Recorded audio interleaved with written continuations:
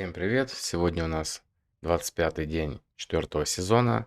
Межсерверная воронка времени. Завтра у нас уже наконец-то будет другой баф. Этот баф прям слишком противный.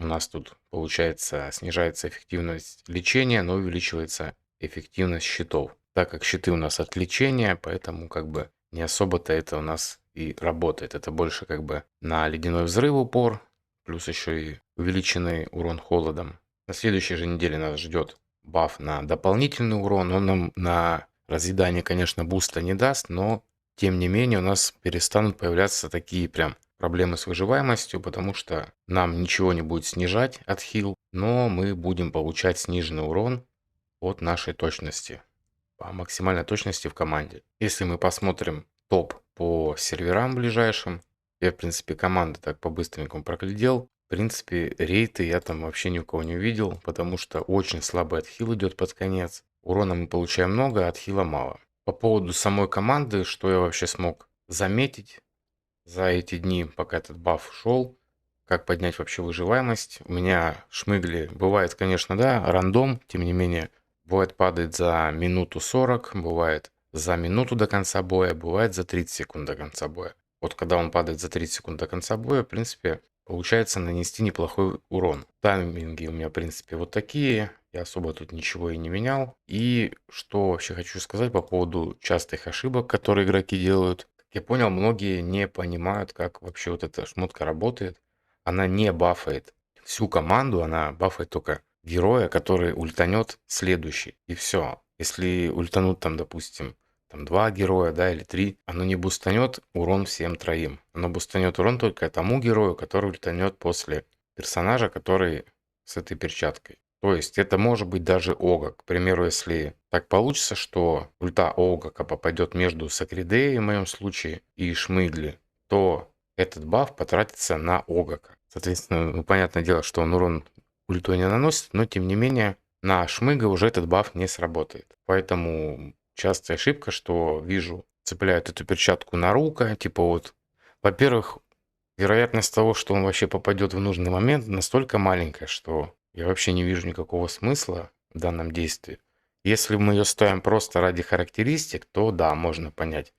Но некоторые ставят ее именно думая, что будут бафать урон всей команде. Это мнение ошибочное. Также я забрал сегодня с ковки перчатку. Почему именно на стак атаки? Я это, в принципе, объяснил в другом видео. Если вкратце сказать, то, ну, во-первых, игнор защиты игнорирует слишком мало защиты, да, потому что вот, если нажать на Дахвана, то ее 1666. То есть под разломом там остается 833.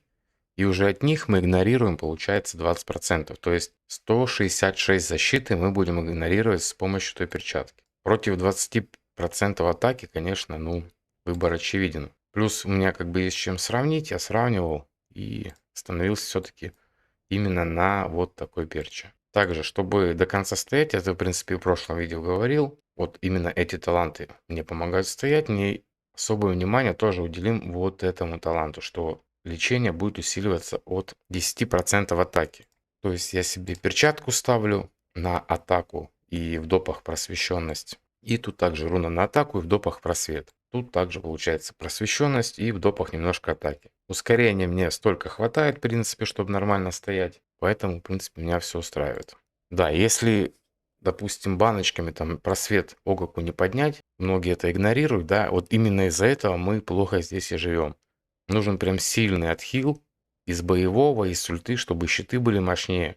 Потому что на этом бафе у нас очень сильно зарезанный хил. Джорн у меня вот такой, в принципе, даже можно чуть-чуть меньше точности дать. Ему хватает даже 180. Просто, ну, так вот у меня получилось. Таланты тоже вот такие использую. Рук, ну, в принципе, показывал. Именно вот этот сет обязательно. Потому что, ну, вы если ставите там, да, 2 мифика, то вы теряете вот этот сет. Если, конечно, у вас статы плохие с данным сетом, то да, можно понять. Но вот эта смертельная рана, так называемая, это описание такое, и это получается у нас крит урон. То есть несложно будет посчитать, да, что 3 стака крит урона это плюс 24 крит урона. мы просто за счет того, что одет этот сет. Ну и плюс немножечко больше стакать разъедания будем за счет того, что еще и бафнется немножко атака и стихийный урон. То есть профит явно очевиден, да, что лучше отказаться от двух мификов каких-то непонятных, которые вообще, в принципе, на саму ульту Рука вообще никак не влияют. Ни один мифик не будет влиять на его ультимейт. Поэтому профит не будет даже просто вот сет и какая-нибудь шмотка просто с хорошими статами. Там уже как получится его собрать. Я вообще вот эту шмотку поставил, потому что, ну, во-первых, она лег плюс, на крит урон и 4 проков шанс крита. Все, соответственно, конечно же, я ставлю ее. Так, в принципе, вроде всех показал. Тайминги тоже показал. Код скину в описании. Кому что непонятно, пишите в комментариях, либо в телеграм-канале. Всем спасибо за просмотр. До скорых встреч. Завтра уже будет, скорее всего, новое видео по новому бафу. Всем пока.